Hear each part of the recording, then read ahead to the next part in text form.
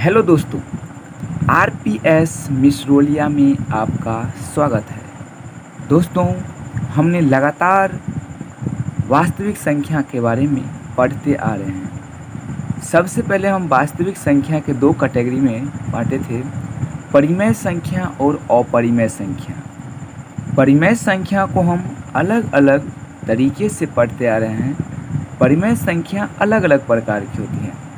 पहला, प्राकृतिक संख्या। प्राकृतिक संख्या के बारे में हमने पढ़ लिया। उसके बाद पूर्ण संख्या, उसके बाद पूर्णांक संख्या।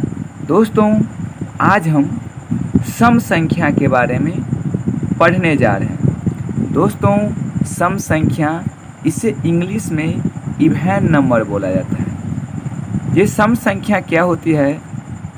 बोला जाता है कि जिस संख्या में 2 से पूरा भाग लग जाए उसे हम सम संख्या बोलते हैं। यहाँ वैसी संख्या को सम संख्या कहते हैं जो संख्या 2 से पूर्णतः विभाजित होता है, या 2m रूप वाली संख्या को सम संख्या कहते हैं। दोस्तों, ये 2m हमेशा याद रखिएगा, क्योंकि ये मैट्रिक एग्ज़ाम में बार बार पूछे जाते हैं कि 2m रूप वाली संख्या क्या कहलाती है।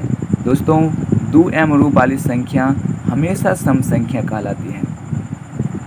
उसके बाद जहाँ ये m पूर्णांक संख्या है, दोस्तों जब ये m पूर्णांक संख्या होती है तो हम सबसे छोटी सम संख्या को अनुमान नहीं लगा सकते हैं। अगर हम m के मान धनात्मक रखेंगे तो हमें सबसे छोटी सम संख्या 2 आएंगी, लेकिन अगर हम m का मान ऋणात्मक रखेंगे तो हमें यहाँ सबसे छोटी सम संख्या अनुमान नहीं लगा सकते हैं, क्योंकि ऋणात्मक में ये अनंत चली जाएगी। दोस्तों, ये जीरो पूर्णांक संख्या है। यहाँ हम 2 और 0 को गुना करेंगे तो 0 आएगी, जो सम संख्या है। उसके बाद हम 1 लेते हैं, 2 और 1 को गुना करेंगे तो 2 आएंगे, ये 2 भी सम संख्या है। 2 लेते हैं, 2 और 2 को गुना करेंगे, 2 दूना 4 होगा, ये भी सम संख्या है। 2 गुना 3, ये 6 आएंगे, ये भी सम संख्या है। ये सभी धनात्मक सम संख्या हैं। उसके बाद हम ऋणात्मक पूर्णांक लेते हैं m के मान। अगर 2 गुने -1, यहाँ -2 आया है, ये ऋणात्मक सम संख्याएँ हैं। 2 गुना -2 लेते हैं, 2 दूना 4, ये माइनस, तो -4 ये ऋणात्मक सम संख्या है। उसके बाद 2 गुना -3 बराबर 3 दूना 6, ये -6, ये ऋणात्मक सम संख्याएँ हैं। दोस्तों, जब m पूर्णांक या पूर्ण संख्या होता है तो सबसे छोटी सम संख्या 0 होता है। उसके बाद लेकिन जब m का मान प्राकृतिक संख्या हो तो सबसे छोटी सम संख्या 2 होता है।